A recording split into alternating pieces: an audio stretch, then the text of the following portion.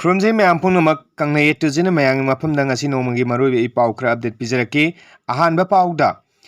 Security ꯐꯣꯔꯁꯅ ꯈꯨꯂꯥꯛꯄꯤ ꯍꯥꯠꯈ꯭ꯔꯕ ꯃꯇꯨꯡꯗ ꯀꯨꯀꯤꯁꯤꯡꯅ ꯅꯝꯅ ꯈꯨꯟꯗꯥꯕ ꯃꯐꯝꯁꯤꯡꯗ ꯃꯇꯝ ꯀꯛꯇꯅ ꯕꯟ ꯀꯧꯈ꯭ꯔꯦ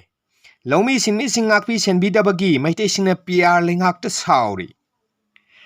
ꯂꯥꯡꯁꯤꯟ ꯃꯥꯟꯕꯤ ꯚꯤꯂꯦꯖ ꯆꯤꯐ ꯍꯣꯏ ꯈꯣꯟ ꯍꯤꯡ ꯅꯣꯡꯃꯩꯅ ꯀꯥꯞꯇꯨꯅ ꯍꯥꯠꯂꯝꯕꯒꯤ ꯃꯥꯌꯣꯛꯇ ꯀꯨꯀꯤ ꯇꯥꯕ ꯃꯐꯝ ꯄꯨꯝꯅꯃꯛꯇ ꯏꯟꯗꯤꯖꯤꯅꯁ ꯇ꯭ꯔꯥꯏꯕꯦꯜ ꯂꯤꯗꯔꯁ ꯐꯣꯔꯝ ITLFꯅ ꯃꯇꯝ ꯀꯛꯇꯨꯅ total shutdown ꯂꯥꯎꯊꯣꯛꯈ꯭ꯔꯦ Committee on Tribal Unity Kotuna Hiram Asiga Mari Lainana Nasinungtin Pung Amadagi Hayeng Numidawan Pung Ohum Pau Koki Taba Mapam Punmakta Total Shutdown Lock Tokre Bisnupuram de Susanpur District Kilonaba Mapam the Tokiba Tokdok Amadangarang Maitegi Lomi Ama Aso upon Nankibaga Loinana Nukuki Nupi Ama Sikibagi Kangup Animaki Myoshingbo Akan Mamong the Kongjang Changshinarake Kuki militant ni singnaba singna ngarang nungting pung ahunga minini puram tabada Bisnupur district ki puwalada lau uduna labor lomi singda nongmai kapsilakpada masagi sahi hompurom suraba ningtogjam biren kauba lomi ama oita mukudang na nongmai maruna pamre shoki cholaba miyoy do hojik Bisnupur district hospital da lyingly togdok ading matung tarakpada security forces na manang nakpada labor Susanpur district ki singkai village area da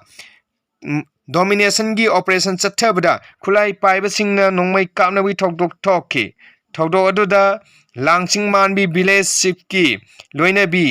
hoi konlin hawkip nongmai maruna pamri soktuna Suchanpur district hospital da laikan ram laga siki hairi Amarom the Pubalagi Togdok Topam the Mari Lainabo authorities Laktun Yangsinkre, Nasisu Masing Yam Miam Lambi the Torktuna Low Suzariba, Lomi si missing Akpi, Senbina Nabagi, Lengaki Kanabatorang Karino, Haina Kanano protest Naki.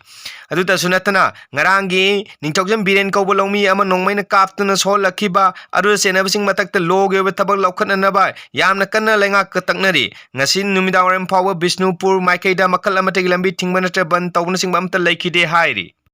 Mathangi pauda COVID na laksilakle ngasi kaktara miyoi kunmapam positive oire Manipur da COVID-19 na tam laksilakle mi painga eba phiba mama da ngasi kaktage na miyoi kunmapam positive oire ngasi ge asika thaga Manipur ga punba COVID positive eba masing aji maripuni thoi sukra haina official eba pawmna hairi ngasi positive ore kiba miyoi kunmapan ade manungda sahi mapan gi nupi masama sahi tain thogi nupi masa nupa masama yawi Imphal West district ta case kunitoi Imphal East ta taruk Thawan district ki oina miyoi ama positive Oraki, upon my Mui Kumapan, Adugi Manung the Nupana Traum Dwini Adu Nupina Tratuni. Tazaba Yaba Mapang Dagi Panga Pound High, Manipura Hosi COVID positive or Gliba Singasi, mild symptomni, Todon Kiningai Udi, positive or Kudimak, home isolation, Tono Kangan Kre, home isolation, the Lading Ada Makoi na, COVID ki protocol Singa never Mari never sing Potak P. Kre Hairi. Matangi Pauda, BJP gi State President Sardana, National President JP Nadaga Unakre.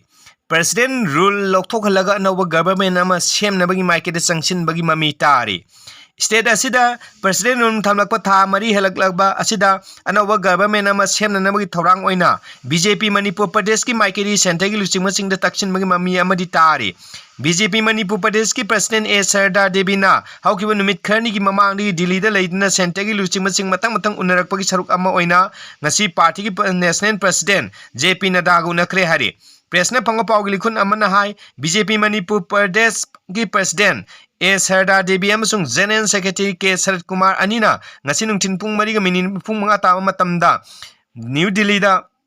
Labor JP Nadagi Yum the Unaki, Sarana Minin Nipumarong Wai Sanaki, JP Nadagi Unaki Baduda, A Sadagi Makedi Hoji status the political Besarang Naba Amalady Basi Solusanama Purak Naba, Loishinaba Amadi, Miang Apa Magimatung in a president rulersi Loktolaga no government Ama Shem Wapam Sing Takshan Ki Hairi. Pau Sigaloin and a Sigri Manipuri Pau Pija Matang Siloshin Jage, may I am an like, share, and subscribe to Oximian Lung Singjari. Thank you all.